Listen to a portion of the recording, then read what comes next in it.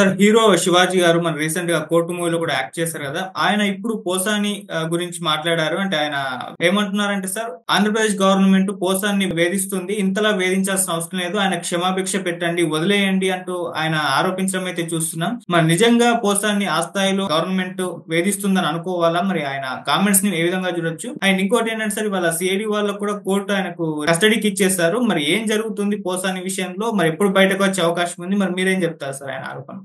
పోసాని విషయం ఇంకా కొనసాగుతూనే ఉంది. ఆయన ఇప్పటికీ కూడా గుంటూరు జైల్లో ఉన్నాడు. మామూలుగా అయితే సిఐడి పెట్టిన కేసులో పోసానికి ఈ నెల 26 వరకు కూడా రిమాండ్ కోర్టు విధించింది. అందువల్ల ఆయన రిమాండ్‌లో ఈ నెల 26 వరకు ఉండాలి. ఎందుకంటే మిగతా కేసుల్లో చాలా కేసుల్లో పోసానికి బెయిల్ వచ్చింది. దాదాపు 30 కంప్లెయింట్లు పోసాని మీద ఉన్నాయి.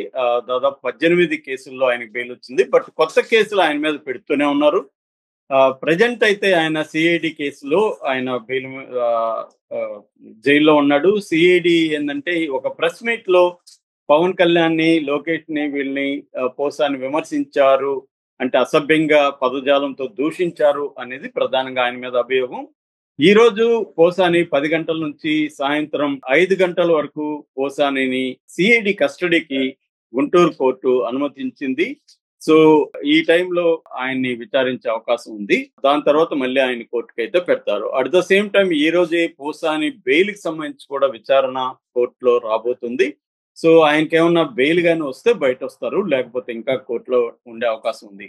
లేదు ఇంకొన్ని కేసుల్లో PT warrant, prisoner transit warrant గాని ఆయన మీద మళ్ళీ ఆయా ఇన్వెస్టిగేటివ్ ఏజెన్సీస్ ఆయన్ని అరెస్ట్ మళ్ళీ చేయాలనుకుంటే పీటీ వారెంట్ తీసుకొని కోర్టులో ప్రొడ్యూస్ చేస్తే ఆ కేసుల్లో మళ్ళీ రిమాండ్కి ఇచ్చే అవకాశం ఉంది. పోసాని ఒక్కడే తిట్టలేదు, అన్ని పార్టీల్లో కూడా వ్యక్తిగతంగా తిట్టారు. కానీ పోసాని దారుణంగా తిట్టాడు, వ్యక్తిగతంగా అటాక్ చేశాడు. ముఖ్యంగా పవన్ కళ్యాణ్ ఫ్యామిలీ గురించి, వాళ్ళ పిల్లల గురించి, వాళ్ళ భార్య గురించి దారుణంగా మాట్లాడాడు. ఏ సభ్య సమాజంలో కూడా అటువంటి వ్యాఖ్యల్ని ఎవరు కూడా భరించలేని పరిస్థితి.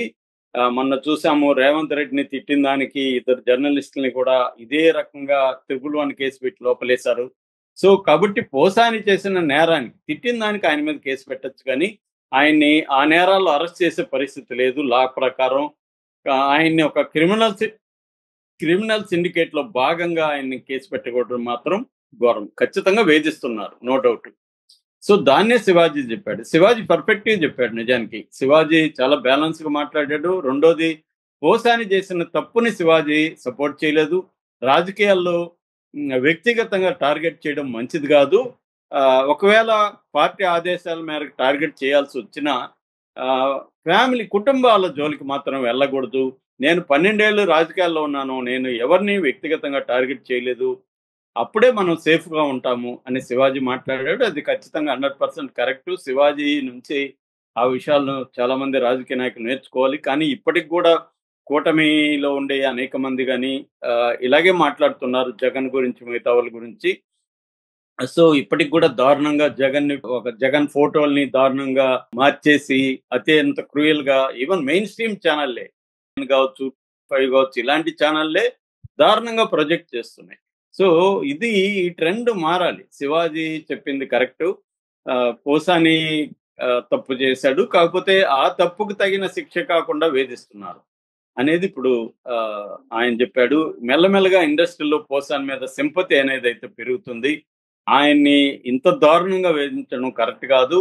ఆయన తప్పు చేసి ఉండొచ్చు, మాట్లాడుండొచ్చు, దానికి కేసు పెట్టచ్చు. కానీ ఇట్లా చేయాలంటే అందరినీ కూడా చేయాలి కదా. అట్లా అనుకున్నప్పుడు తెలుగుదేశంలో బోల్డ్ మంది ఉన్నారు. తెలుగుదేశంలో ఉండి తిట్టిన వాళ్ళకేమో పదవులు ఇచ్చారు, స్పీకరు, డిప్యూటీ స్పీకర్ పదవులు లాంటివి. చాలా మందికి పదవులు వచ్చాయి. మీరు ఎంత వాళ్ళతో కొట్లాడితే ఎన్ని కేసులు పెట్టించుకుంటే నేను అన్ని పదవులు ఇస్తానని లోకేష్ చెప్పాడు. మరి పై స్థాయిలోనే వాళ్లే ప్రోత్సహించారు హింసని కానీ దాన్ని. మరి వీళ్ళేమో న్యాయంగా ఉన్నట్టు వైసీపీ వాళ్ళ మాత్రమే ఇట్లా ఘోరంగా ఉన్నట్టు చెప్తున్నారు. రాజకీయాలు ఓవరాల్ గానే దిగజారిపోయినాయి. దీంట్లో డిగ్రీస్ లో కంపారిజన్ లో చేసినప్పుడు డిగ్రీస్ లో ఎక్కువ తక్కువలు ఉండొచ్చు, కానీ ఎసెన్స్ లో మాత్రం అందరూ కూడా వ్యక్తిగత దాడులు చేయని రాజకీయ పార్టీ లేదు. వాళ్ళు ప్రోత్సహిస్తున్నారు. జగన్ కూడా ఇదే పనిగా కొంతమందిని పెట్టి ప్రోత్సహించి అతి దారుణంగా చేయించాడు. ఇప్పుడు చంద్రబాబు అదే పని చేశాడు, లోకేష్ అదే పని చేశాడు, పవన్ కళ్యాణ్ ఎప్పుడు కూడా వాళ్ళని ఖండించనే లేదు. పవన్ కళ్యాణ్ అయితే ఇంకా దారుణం. జనసేన వాళ్ళైతే ఓన్లీ నోటిదే కాదు, వాళ్ళు చేతికి కూడా పని చెప్పారు, కర్రల్లో పని చెప్పారు, అటాక్ చేశారు. ఇదే పోసాని కృష్ణమురళిని వాళ్ళు అటాక్ చేస్తే ఆయన 3 రోజులు అజ్ఞాతంలోకి వెళ్ళలేదా? కాబట్టి ఇదేందంటే అన్ని పార్టీలకి ఈ జబ్బుంది. ఇక్కడ కూడా తెలంగాణలో కూడా చూస్తున్నాం. ఇవాళ బీఆర్ఎస్ వాళ్ళు దారుణంగా రేవంత్ రెడ్డిని టార్గెట్ చేసి వ్యక్తిగతంగా బూతులు తిట్టిస్తా లేదా? ఆహ్, ఇంకా సాక్షాత్తు రేవంత్ రెడ్డి ఎవ్రి మంత్ ఎలా మాట్లాడాడో బీఆర్ఎస్ తీసుకొచ్చింది వీడియోలు. ఆయన ఎలాంటి బూతులు మాట్లాడాడో చూస్తున్నాం. అంతకుముందు కేసీఆర్, కేటీఆర్‌లు ఎలా మాట్లాడాడో చూస్తున్నాం. ఇది అన్ని చోట్ల అసహనం పెరిగిపోతుంది. ఆహ్, ఒక హేట్రెడ్ అనేది పెరిగిపోతుంది.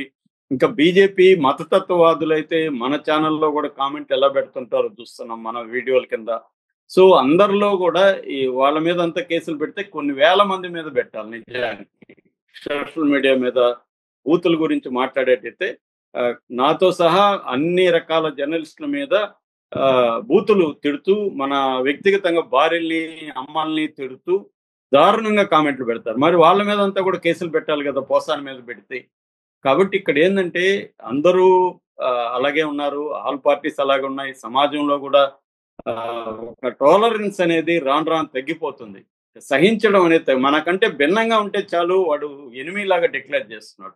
అంటే మనతో ఏకీభవించకుండా భిన్నమైన అభిప్రాయం చెబితే ఆహ్, వాళ్ళని బూతులు తిట్టడం, చంపేస్తామని బెదిరించడం ఆహ్, చేశారు. నన్ను గూడా చంపేస్తామని బెదిరిస్తూ కామెంట్లు చెప్పినోళ్ళున్నారు. "నువ్వు నాకు దొరికితే నిన్నయిపోతావు" అని చెప్పిన వాళ్ళున్నారు.